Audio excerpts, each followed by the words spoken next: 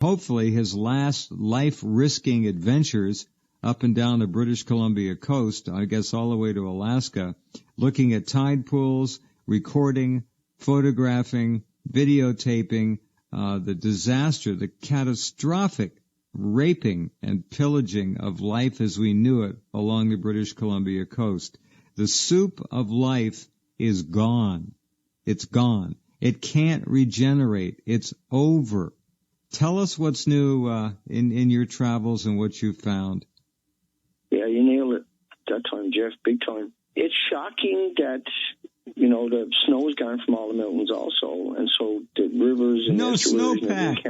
No, it's amazing. Right? No snowpack. And it takes a long time. It takes like 1,000 years or something to make that glacier ice back up in the mountains. This is only definitely going to get worse now. And because the tritium is everywhere, the 7,000 becquerels in Canada, probably all in North America per liter of water that they emit to, just tritium. Now, of course, if you got tritium there, and then with every tritium that's made, there's all these other daughters of all the other 2,000 elements that most likely are going to be there also. And so it's at least 120 years. If it was only tritium, we'd have to worry about it, but everything else is going to be there. What we're looking at has got me stunned since I come home. I haven't been able. The first 2 nights I had nightmares nonstop. I couldn't sleep all day long. I don't stop on this. I want to get a documentary out there, and I think this planet is waking up. All we really got to do is something, anything, as a sign of good faith, and then we could all have a little tiny bit of hope. But we can't even have that when they're still out there talking about bananas and potato chips and walking in sunshine. They're not going to stop. They're not going to stop. Right. They're going to talk about dental x-rays and plane flights and bananas and potato chips and absolutely anything they can do to steer us away from facing the reality that the entire North Pacific has been slaughtered with radiation, which is going 27 hours a day. It's not slowing down. Well, I mean, you said it at the beginning there when we started this conversation that it was the super life is gone. And so, folks, what he's talking about is that if you plowed in the coastline, the entire coastline, then there's 4 million species in the ocean. Even if the 5,600 species that live in the tidal pools were to disappear under normal circumstances, the 4 million species that are in the Pacific Ocean would recede that. Right. If just one species was to miss on the coastline, another species would fill in that void that's already there, or an opportunist.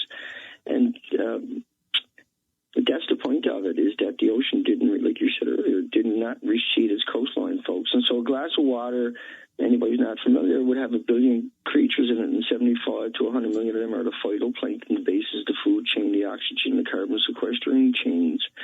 Now, that super life itself is gone, and then everything else fell behind, like you've covered many times. The squid is gone, the sardines are gone, the herring are gone, the mackerel are gone, the anchovies are gone. These are the most important part of the cycle out there because they feed all the migratory animals and birds. Just this incredible. Well, each species of fish would represent a ring in a chain. All right? You got more and more rings are not broken. They're gone. So you got no more chain. The chain of life, it's gone. Yes. By telling people originally that you can't have a conversation about Fukushima without sounding like an alarmist. You can't have a conversation about nuclear, period, without sounding like a fear-mongering. But so how could you have a conversation about it is the problem. But then the people that are covering this up will say it's like a banana. But if you look up a banana, it's good for you. It's not bad. When I go in the supermarket, I don't feel the banana's beady little eyes on my back every time I'm over there because they're not bad for me, And that's, you know what I mean, though. I'm not scared to go past bananas. Now I am because I don't know anymore, but because they're radiated too. Everything is radiated, folks. All your food, all your water, all the groundwater, everything. And this stuff comes in and hits your mountains and then washes back down to the coastline. If you're between the mountain and the coastline, you're probably not in a good spot. And if you're on the west side of the Rocky Mountains, everything goes towards the Pacific. On the east side of the Rockies, all going towards the Atlantic. So what do? Live on top of the Rockies? That's not a good spot either. And so there's nowhere to hide. So we need to deal with it. And we can't ignore it. And they can't hide it much longer. they might think that because time is moving on, that this is becoming less pertinent and that the radiation has disappeared. It's not going to disappear for hundreds of thousands of years, long after that human experience is long annihilated by this and every other species. But coming down the west coast of Canada, I literally never seen anything. There's just a couple of little spots where there was signs of life. And we'll go to a commercial. I mean, there was nothing. It was shocking this time. This is supposed to be the most lively part of the coastline, folks, and we'll pick up after. Well, indeed. World-famous tide pools along the British Columbia coast, and now looks like it might as well be a beach on Mars. Nothing there but rocks and water. And they did finally admit to water on Mars. We knew that years ago from some of the early pictures. Hold on a minute. We'll come right back with Dana Durnford in a 21-foot Zodiac with a top jury rigged on it. Just don't know how he did it, taking pictures and videos and measurements. And we know now what the government probably already knows, but isn't about to tell us. They have set up monitoring stations like a wall all across the North Pacific. I've seen a map of it. Woods Hole is involved and others. And it is quite clear that the government knows, Dana, exactly what's going on. On the surface, yes. Under the water, above the water, in the atmosphere. Absolutely. They know what's going on precisely. Hey, all the kelp is dead on the entire coast. Is it really? The kelp, yeah, I got documentation of it. Everywhere I went, it was the same. It was totally rotten and completely destroyed. In the bull kelp or all the kelp? Yeah, all the kelp is, but the bull kelp's the most obvious. Wow. When you found it, because it's 50 feet high sometimes, right? So it really stands out. I think that was the most striking thing was, And Ken Buesler, he wants water samples in Jerry Cullen, but they don't want kelp in their water samples, and they don't want sediment. Because that's well, speaking of kelp, whatever happened to Kelp Watch 2014? Yeah, you got them really good. Yeah, they made an announcement before they even got any samples. Well, Dr. Kai Vetter, the head of the Department of Nuclear Biology at UC Berkeley, just blew it. Said, don't worry, we're not going to find anything to worry about. And then he had to we roasted him on this program, and he had to backtrack. Yeah, you did so, yeah.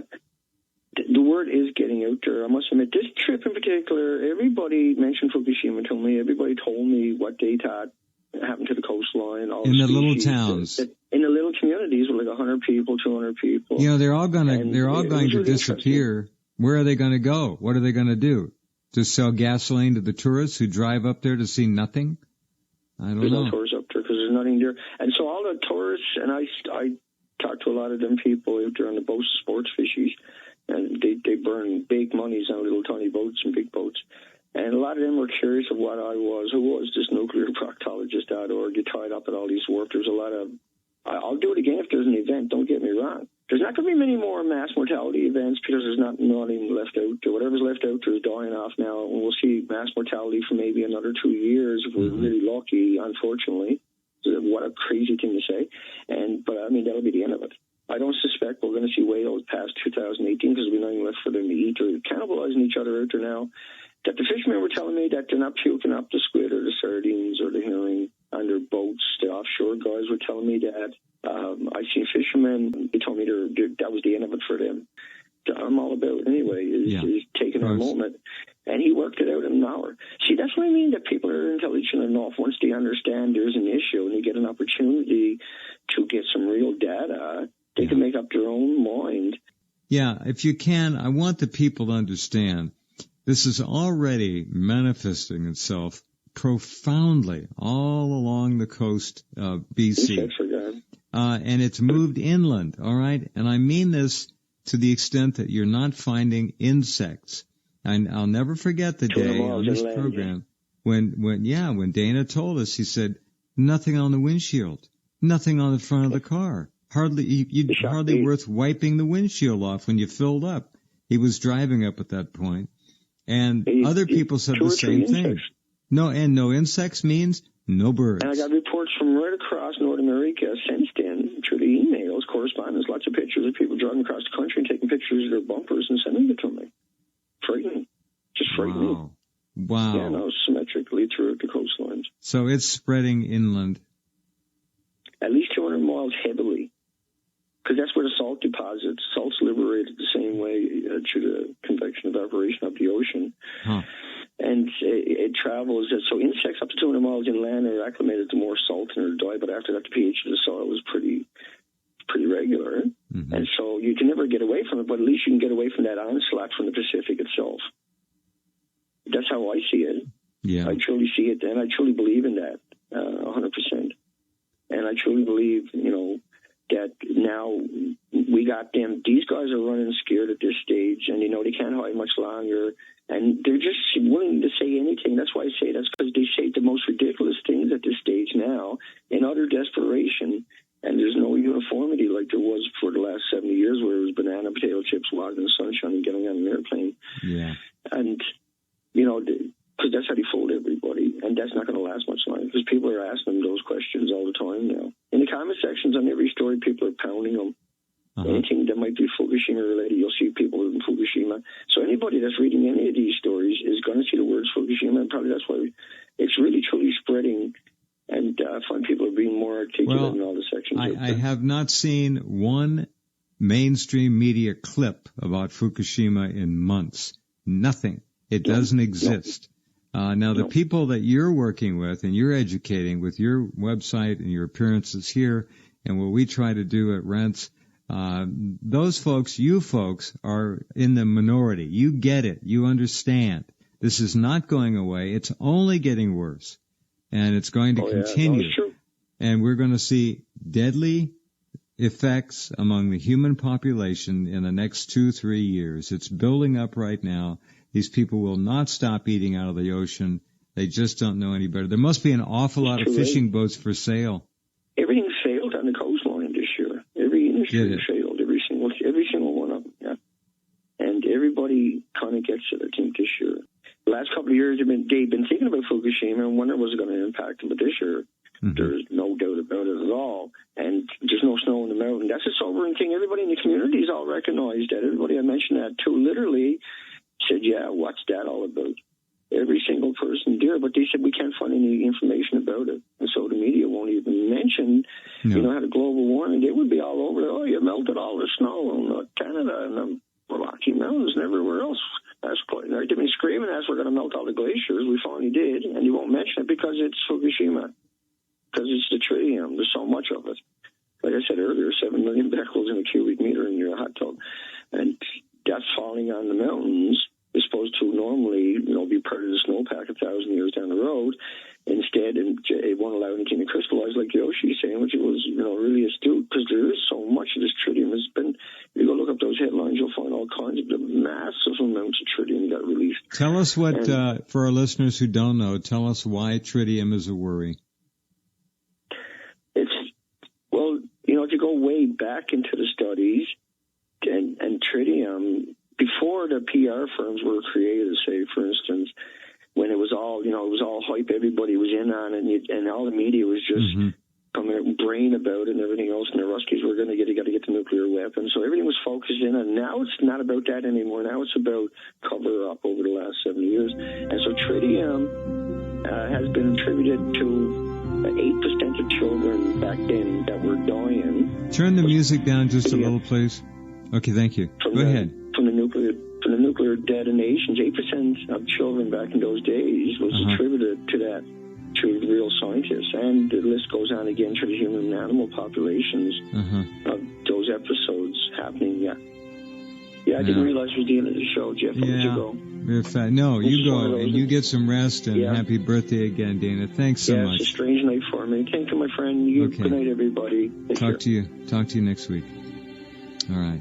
Dana Durnford, nuclearproctologist.org. All right. Okay, there's our Monday program for you.